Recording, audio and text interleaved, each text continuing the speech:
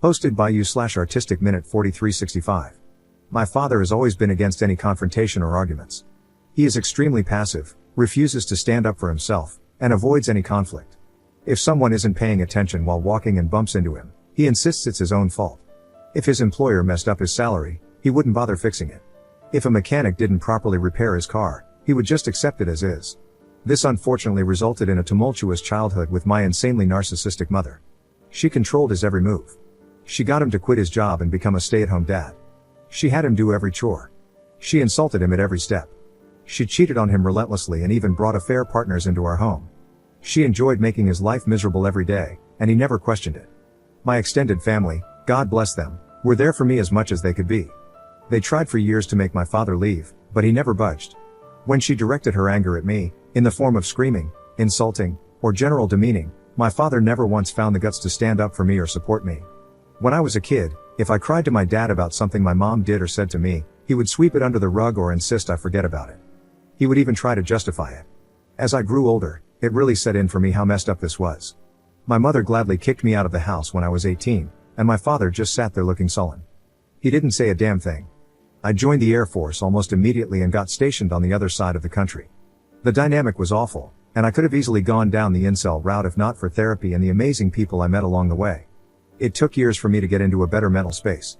I was filled with hatred. My mother left my father 2 years after I got stationed and utterly destroyed him in the divorce. She was unalived a year later in a DUI with one of her affair partners. I took a lot of joy in hearing that it took her hours to unalive, and that's when I knew I really needed help to process things. I'm almost 30 now, have a girlfriend who is perhaps the best thing to ever happen in my life, and she fully understands the situation with my family. I have learned not to allow myself to be consumed with anger and resentment by my past, or so I thought, and instead put that energy toward my future. I have been extraordinarily low contact, nearly no contact, with my father since I left. As much as I try, I cannot make that connection with him. I recently went to a family reunion and brought my girlfriend with me. My father was there since it was his side of the family. They have many issues with him, but he's family, so whatever, I guess. I made sure to avoid him. I was chatting with my uncles when I heard my father talking in the background. He was discussing how a coworker of his was going through a divorce after discovering his wife was having an affair and was positioned to have a very favorable outcome. My father remarked that his coworker should work to forgive his wife and, in his own words, set a good example for unity and forgiveness, and how he believed he had set a great example for me in that regard. I swear it was like a switch went off in my head, and I was mentally back to being that rage-filled 18-year-old. All these years, and he never learned a damn thing. I turned to him and asked if he was effing serious. He looked at me and started to stutter. I know the next minute was pure word vomit, and I can't relay it perfectly, but to sum it up, I shouted that he was a pathetic father, a pathetic man, that his family all knows he's a disgrace of a human being who would rather let his son be treated like crap than defend him because he's an effing coward. No one would ever see him as an example to live by, his wife would rather sleep with half the neighborhood than even touch him, and he should never ever believe anyone respects him. I began to derail and ramble between my shouting, and my girlfriend quickly took me out and drove me home. It was insane how quickly being away from him made me feel better. She just held me when we got back and told me it was okay. Again, she's the best thing to ever happen to me. I was ashamed of how I lost it and am now going to resume therapy, that's a given.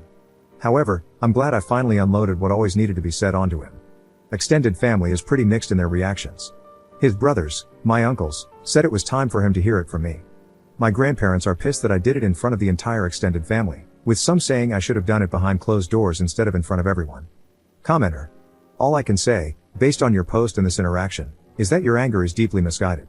You're failing to recognize the truly horrifying thing. You're behaving like the very mother you should actually hate. Ops response. Oh, trust me, I fully hate her as well, but she's gone, and there's no use holding a grudge against a dead person. I had hoped, though, that after his son made him an outsider in his life, his family openly joked to his face about his failings as a father. His ex-wife drained him of everything and left him starting over in a one-bedroom apartment, and his friends slowly left him one by one out of embarrassment, that maybe, just maybe, he would have had at least one moment to reflect and consider that he should have done things differently. Update 2 days later. Thanks for the advice and recommendations, even among some of the responses calling me the jerk. However, some of them needed to be addressed because they were either hilarious or cringeworthy. Some of the responses were very angry, and they confused me at first, until I saw their comments further down or checked their profiles and saw rants about double standards or complete non-sequitur ramblings about women. So yeah, not helpful advice, but they served as great dark reflections of how I could have turned out if not for the support in my life. Some attempted to portray my dad as a humble, kind, caring, sensitive old man, and made it seem like I was just being a big bully. This was a good insight into how enablers of abuse get away with so much in today's world, Because so many people forget that they are part of the abuse themselves. Others tried to mentally dissect me or have a gotcha moment to pull apart my story. That was generally asinine, and I had to step away from those before they asked for my cranial measurements or something. So, it was pretty much the next morning when I realized I needed to address the events of the night before. I first spoke to my girlfriend and gave a sincere apology for having her see me like that. She reassured me that nothing was wrong. She's known me for years, has always known me to be level-headed, and understands why I snapped. She has her own history of dealing with narcissistic families, so she absolutely understands the dynamic. She only really suggested that it would be best to work on spending time around my extended family since my father will always be there. I told her not to worry, that I would immediately talk to them afterward to figure that out. So, that part's fine. I may have looked kind of like a jerk in front of her, but I'm making sure that doesn't happen again. I also informed her of my intentions to resume therapy to keep myself steady, which she was happy to hear. I called my grandparents and sincerely apologized for putting such a sore dent in their family reunion. I told them it wasn't appropriate, and while it felt good to say those things to him, it should have been done privately, not in front of everyone. I also explained that going forward, as much as I love spending time with them, since the family always gathers as one group, which includes my father, I need to distance myself occasionally until I feel comfortable being around him again. I reassured them that I'm not, nor would I ever, establish an ultimatum or make demands of them. Either way, I just need to step back for now. I guess during my apology and explanation, I was kind of going on a tangent because my grandfather interrupted me to tell me to calm down. He explained that after I left, people started to separate or slowly leave, and eventually, they were able to talk to my father one-on-one. Apparently, seeing me freak out led to my grandmother having a mini freak out of her own when she spoke to my father, which resulted in her kicking him out. While I have a great relationship with both of my grandparents, my grandmother has always been extra protective of me, so seeing me that way must have set off a fire in her. My grandfather then said that it's become a bit of an open family secret that my father is failing. His brothers taunt him about it, and they generally don't have a great relationship with him, while for my grandparents, it's always been uneasy. But seeing me the other day and how much it still affects me has really clicked for a lot of people that the situation was truly bad. They began to apologize, saying they were sorry if they didn't do enough, to which I very adamantly responded that they did more than anyone could have expected. It got very emotional for a minute, but it culminated in them telling me that they've decided to distance themselves from my father for the time being. They've given him the ultimatum that unless he does some deep introspection and regularly goes to therapy, that distance may become permanent. My extended family, I've been told, are going to try and reach out or call, but I asked my grandparents to relay to them that it's not necessary, and that I'm fine and sorry for ruining the day. Once again, they told me I shouldn't apologize for being hurt. Since then, a few extended family members have sent some messages, with the general consensus being that it's okay, though some older members are complaining about my lack of respect toward my father. And finally, I texted my father, hoping to meet at a local coffee shop for a final talk. When I met him, he didn't look good. I think his parents tearing into him finally got the message through.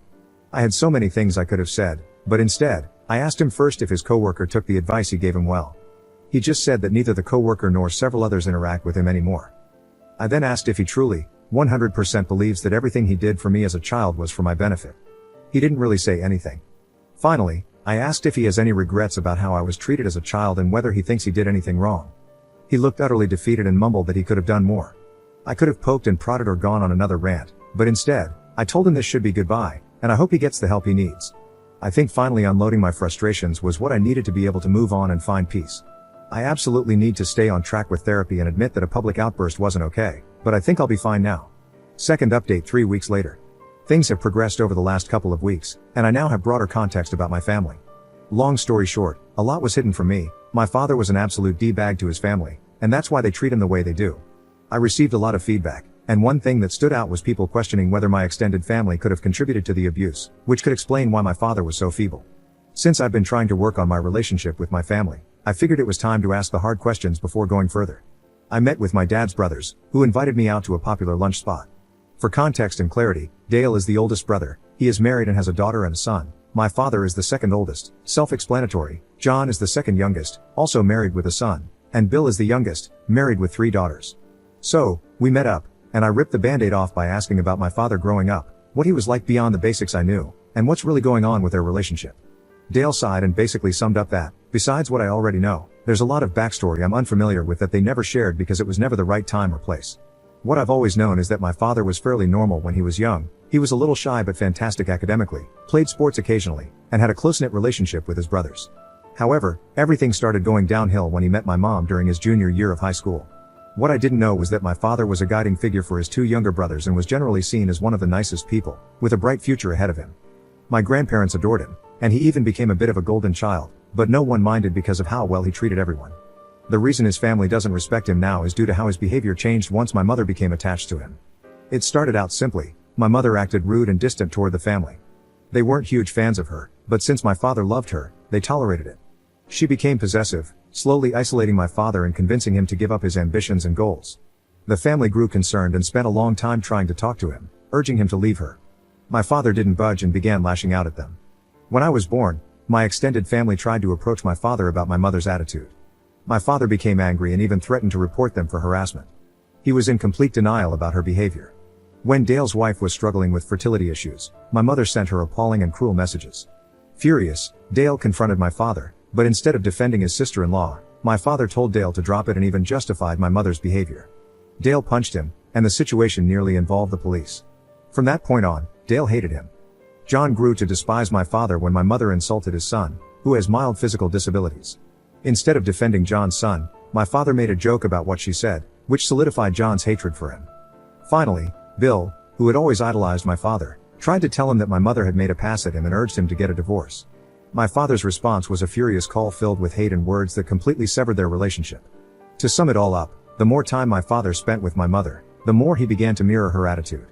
When my family saw signs of abuse toward me and tried to intervene, my father threatened to lie and accuse them of worse things.